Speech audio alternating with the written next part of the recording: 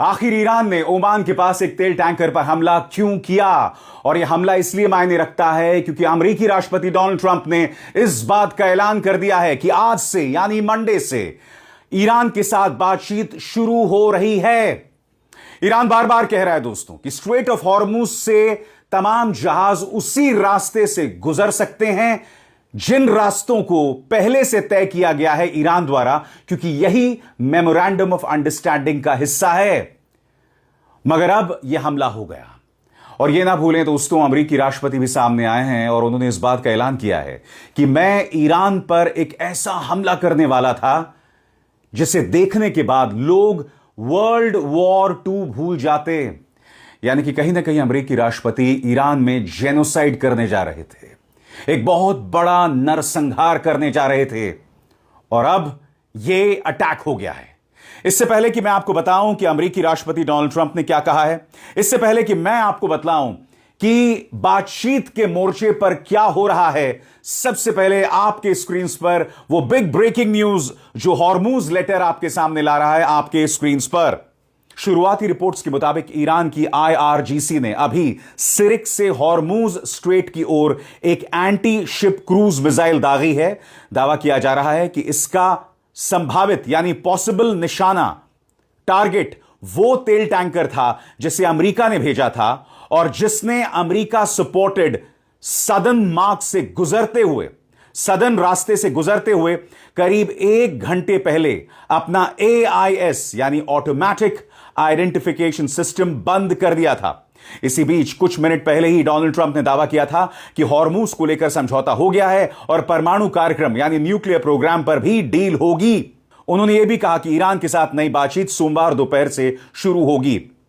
अब आपके जहन में सवाल होगा कि ईरान ने जिस तेल टैंकर पर हमला किया है उसका नाम क्या है। आपकी स्क्रीन पर दोस्तों हॉर्मुज लेटर की इस खबर के मुताबिक the most likely target was the tanker वेलोस amber. यह स्ट्रेट ऑफ हॉर्मुज के सदर्न रूट से गुजर रहा था, नाम है वेलोस एम्बर। और यह हमला कहां हुआ है इस पर भी गौर फरमाएं। हॉर्मुज लेटर के मुताबिक a tanker has been targeted by Iran northeast of Khasab, Oman, with the UKMTO officially confirming the incident. यहां पर हॉर्मुज लेटर का कहना है कि UKMTO ने इस घटनाक्रम की कॉन्फर्मेशन की है और यह हमला हुआ है नॉर्थ ईस्ट ऑफ खसाब जो कि ओमान का एक शहर है। हालात एक बार फिर टेंशन से घिर आए हैं। ईरान लगातार कह रहा है कि स्ट्रेट ऑफ हॉर्मुज में अब 28 फरवरी से पहले वाले हालात नहीं हो सकते। गौर फरमाइए उनके फॉरेन मिनिस्ट्री स्पोक्सपर्सन क्या कह रहे हैं। ईरान के फॉरेन मिनिस्ट्री के स्पोक्सपर्सन इस्माइल बागई ने कहा, हॉर्मुज स्ट्रेट के हालात अब युद्ध से पहले जैसे नहीं होंगे। ईरान अपने फैसले अपने नेशनल इंटरेस्ट के आधार पर लेता है, उसके बुनियाद पर लेता है और धमकियों यानी थ्रेट्स या दबाव की वजह से हम अपना फैसला नहीं बदलेंगे। और यही नहीं दोस्तों, ओमान के साथ भी ईरान की बातचीत अब अपने आखिरी फेज में है। इस बातचीत का मकसद है कि स्ट्रेट ऑफ हॉर्मुज में पूरा अरेंजमेंट कैसे हो, पूरी व्यवस्था किस तरह से की जाए। गौर फरमाइए, ब्रेकिंग, ईरान के विदेश मंत्री अब्बास अराक्ची के मुताबिक हॉर्मुज स्ट्रेट को लेकर ईरान और ओमान के बीच बातचीत आखिरी चरण में, आखिरी फेज में पहुंच गई है। यह बयान एक ऐसे समय आया है जब अमेरिका ने कहा कि उसने डिप्लोमेसी के लिए मौका देने के मकसद से ईरान पर हमला फिलहाल टाल दिया है। और मैं चाहता हूं, अमेरिकी राष्ट्रपति ने अब से कुछ देर पहले क्या कहा, वो कहते हैं I am not looking forward to killing people. ये एक सो कॉल्ड सिविलाइज देश का राष्ट्रपति है और ये कह रहा है कि मैं लोगों को मारना नहीं चाहता। यानी कि इस व्यक्ति के लिए मिलिट्री टारगेट्स और सिविलियन टारगेट्स में कोई फर्क नहीं है। सुनिए अमेरिकी राष्ट्रपति ने क्या कहा। Would I rather make a deal? I'm not looking to kill people because people die, a lot of people die, and we don't want that. So they asked us, Iran specifically, but the other three said we really. I asked Saudi Arabia, the king. I said the crown prince. I said, what would you rather do? Would you rather have us do this or not? And they said we would much prefer a deal as opposed to an attack because you don't know where these attacks lead. I mean, will they be flooded with people pouring into their country and disaster. A lot of bad things can happen. और यही नहीं, अमेरिकी राष्ट्रपति Donald Trump ने यह भी कहा कि मैं जो हमला ईरान पर करने वाला था उसे देखने के बाद लोगों को वर्ल्ड वॉर 2 की याद आ जाती है। यह इंसान खुलकर जेनोसाइड की धमकी दे रहा है, लोगों को मारने की धमकी दे रहा है। इसके लिए मिलिट्री टारगेट्स और सिविलियन टारगेट्स में कोई फर्क नहीं है। सुनिए क्या कहा डोनाल्ड ट्रंप ने। We're asked by the 3 primary groups. We're also asked by Iran, very strongly actually. They said we'd like to make a deal. Now, I don't know what they say, because a lot of times they'll say that to me and then they'll go out and say, we don't know what he's talking about. Obviously, they don't want to be attacked. And they knew the extent of the attack because they saw it forming. What happens now? Well, now what we're doing is we're talking to them in the form of a negotiation. It begins tomorrow afternoon, and we'll see if it's true. I'd love to do that, save a lot of lives. Save a lot of unnecessary power, to be honest with you. It would take many, many years to ever build it back. If it could, I don't think it would be even buildable back. So we had an attack that would be the biggest attack since World War II, and it would have been disastrous for them. And they didn't want us to do it. And frankly, Saudi Arabia didn't want it either. They thought that a deal is imminent. दोस्तों, कहने को आज से बातचीत शुरू हो रही है, मगर मैं आपको एक वीडियो दिखाना चाहता हूं। इस वीडियो में आप देखेंगे American F-35C stealth fighter jet.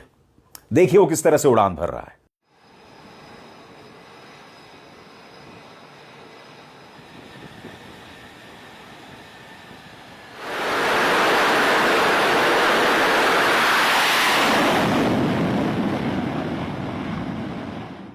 अब फॉक्स न्यूज इस वीडियो के बारे में क्या कह रहा है, गौर फरमाइए।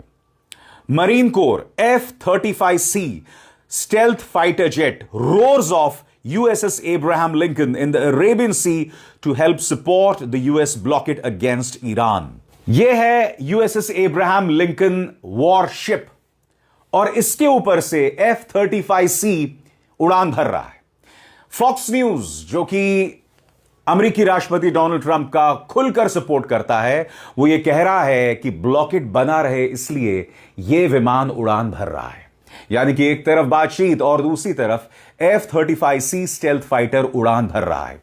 एक तरफ बातचीत का दावा, मगर दूसरी तरफ ईरान खसाब ओमान के पास स्ट्रेट ऑफ हॉर्मूज में वेलोस एम्बर नाम के एक तेल टैंकर पर हमला करता है अपने क्रूज मिसाइल से। इसका क्या मतलब हुआ दोस्तों? इसका मतलब यह हुआ कि ये जो बातचीत हो रही है इसके कोई मायने नहीं है।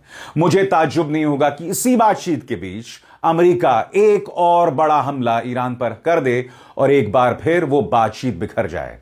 यही बात मैंने बार बार अपने प्लेटफॉर्म पर आप तक लगातार पहुंचाई है। याद कीजिएगा, 40 दिन के युद्ध के बाद, वॉर के बाद, मैंने आपसे क्या कहा था कि इस सीजफायर के कोई मायने नहीं है, क्योंकि लगातार अमेरिकी राष्ट्रपति धमकी दे रहे थे। लगातार ईरान कह रहा था कि हम नहीं झुकने वाले हैं।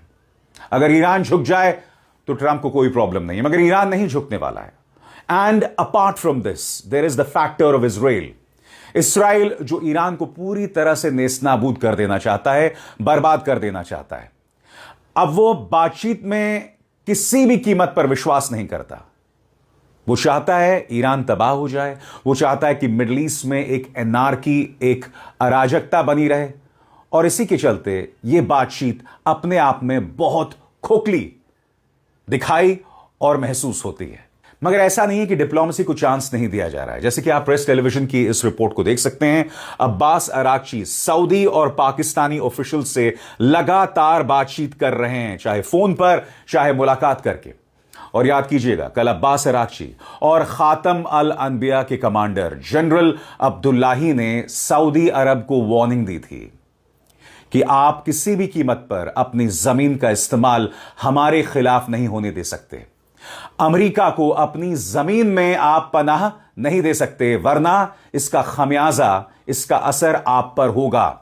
हम आपके मिलिट्री टारगेट्स को निशाने पर लेंगे। इस धमकी के बावजूद अब्बास अराक्ची सऊदी ऑफिशियल्स और पाकिस्तानी ऑफिशियल्स से लगातार कांटेक्ट में हैं। और प्रेस टेलीविजन की रिपोर्ट क्या कहती है, आइए गौर फरमाएं। ईरान के foreign minister Syed Abbas Araghchi ने वेस्टर्न एशिया में सिक्योरिटी और स्टेबिलिटी बनाए रखने के लिए, यानी सुरक्षा और स्थिरता बनाए रखने के लिए सऊदी अरब के फॉरेन मिनिस्टर और पाकिस्तान के आर्मी चीफ से लगातार फोन पर बातचीत की है।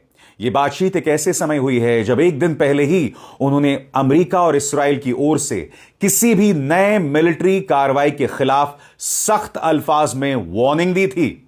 IRNA, जो कि एक ईरानी न्यूज एजेंसी है, उसके मुताबिक रविवार रात अराक्ची ने Saudi foreign minister prince Faisal bin Farhan और पाकिस्तान के सेना प्रमुख फील्ड मार्शल आसिम मुनीर से बात की। पिछले 24 घंटों में यह उनकी लगातार दूसरे दौर की, यानी सेकेंड फेज की बातचीत थी। इन टेलीफोन कॉल्स में इलाके की जो सिक्योरिटी और स्टेबिलिटी को बनाए रखने और मजबूत करने के लिए चल रहा जो पूरा डिप्लोमैटिक प्रोसेस है, उस पर बातचीत हुई है। सभी साइड्स ने, यानी सभी पक्षों ने इस बात पर जोर दिया कि रीजनल सपोर्ट, यानी क्षेत्रीय सहयोग और राजनीतिक समाधान, यानी कि पॉलिटिकल सॉल्यूशन को प्रायोरिटी, यानी प्राथमिकता दी जाएगी। सऊदी फॉरेन मिनिस्ट्री ने एक्स पर जारी बयान में कहा, दोनों देशों के विदेश मंत्रियों ने मौजूदा हालात पर चर्चा की। प्रिंस फैसल ने कहा कि सऊदी अरब इलाके में सुरक्षा और स्टेबिलिटी कायम रखने के लिए रीजनल लेवल पर बातचीत जारी रखना चाहता है, ताकि पूरे इलाके के देशों और लोगों के साझा हित, यानी कॉमन इंटरेस्ट पूरे हो सकें। सैटरडे को अराक्ची ने अपने सऊदी काउंटर पार्ट को अमेरिका और इस्राएल की ओर से इलाके में चल रही कथित साजिशों और अग्रेशन के बारे में आगाह किया, वार्निंग दी। उन्होंने कहा कि अगर अमेरिका और इस्राएल ईरान के खिलाफ कोई हमला करता है या इलाके में कोई देश ऐसे कदमों में शामिल होता है या उसका सपोर्ट करता है, तो ईरान की सेना उसका मजबूत और उसी अंदाज में, उसी अनुपात में जवाब देगी। उसी दिन अराक्ची ने तुर्की के फॉरेन मिनिस्टर हाकान फिदान और पाकिस्तान के आर्मी चीफ आसिम मुनीर से भी अलग अलग बातचीत की। इस इलाके के ताजा घटनाक्रम और अमेरिका की कार्रवाइयों के असर पर भी चर्चा हुई। उन्होंने कहा कि ईरान किसी भी ऐसी गलती का करारा जवाब देने के लिए पूरी तरह तैयार है। इसका मतलब क्या है? यहां पर कहीं ना कहीं ईरान जो है वो कैरेट एंड स्टिक की पॉलिसी का इस्तेमाल कर रहा है। स्टिक यानी डंडा, कैरेट यानी कि कोई ऐसी चीज सामने वाले को दो जो कि स्वादिष्ट हो, जो कि टेस्टी हो। अब यह बात अलग है कि कुछ लोगों को कैरेट्स पसंद नहीं है। कहने का मतलब साफ है, सऊदी अरब को कहा जा रहा है कि भाई हम बातचीत करना चाहते हैं, मगर सऊदी अरब को दो चीजें कही जा रही हैं। पहला, अमेरिका और इस्राएल पर भरोसा मत कीजिए, यह भरोसा करने लायक नहीं है, ये लोग अपना फायदा निकालेंगे और आपको लटका कर चले जाएंगे।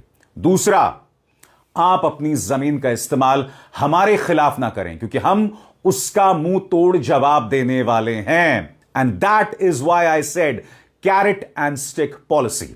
आगे 7 अप्रैल से अमेरिका ने कई बार ईरान के बॉर्डर्स का वायलेशन किया है, उल्लंघन किया है। उसी दिन अमेरिकी राष्ट्रपति डोनाल्ड ट्रंप ने 28 फरवरी से शुरू हुए अमेरिका इस्राएल के हमलों के बाद एक तरफा सीज फायर, यानी युद्ध विराम की घोषणा की थी। जून में पाकिस्तान के मीडिएशन से अमेरिका और ईरान के बीच एक डील भी हुआ, जिसमें सबसे पहली शर्त सभी तरह की अग्रेशन को रोकना था, आक्रामक कार्रवाइयों को रोकना था। इस आर्टिकल में दावा किया गया है कि इसके बावजूद वायलेशंस लगातार जारी रहे। यह भी दावा किया गया कि अमेरिका ने कुछ जहाजों को ईरान द्वारा तय किए गए सिक्योर और कानूनी समुद्री रास्तों से हटाकर हॉर्मुज स्ट्रेट में एक अवैध रास्ते से, एक इलीगल रास्ते से ले जाने की कोशिश की। यानी कि ईरान यह दावा कर रहा है कि अमेरिका जानबूझकर सीज फायर को वायलेट कर रहा था, जबकि मेमोरेंडम ऑफ अंडरस्टैंडिंग में साफ तौर पर लिखा हुआ है कि अगले 1 महीने तक ईरान तय करेगा कि कौन सा शिप किस रास्ते से यहां से गुजरे। और अब आज से यह बातचीत शुरू हो रही है। मैं अपने तमाम दर्शकों से पूछना चाहता हूं कमेंट सेक्शन में, आपको क्या लगता है, क्या यह बातचीत अपने लक्ष्य यानी अपने गोल तक पहुंच पाएगी? आपको क्या लगता है? या आपको लगता है कि अगले 24 घंटों में अमेरिकी राष्ट्रपति डोनाल्ड ट्रंप जो है एक नया हमला कर देंगे? क्योंकि आप इस वीडियो में देख सकते हैं किस तरह से F-35C स्टेल्थ फाइटर जेट वो USS एब्राहम लिंकन से उड़ान भर रहा है, और आप अंदाजा लगा सकते हैं कि इसका क्या असर आने वाले दिनों में होगा। मगर इस प्लेटफॉर्म पर मैं आप तक लगातार जानकारियां पहुंचाता रहूंगा, यह मेरा वादा है। अभिसार शर्मा को दीजिए इजाजत। नमस्कार।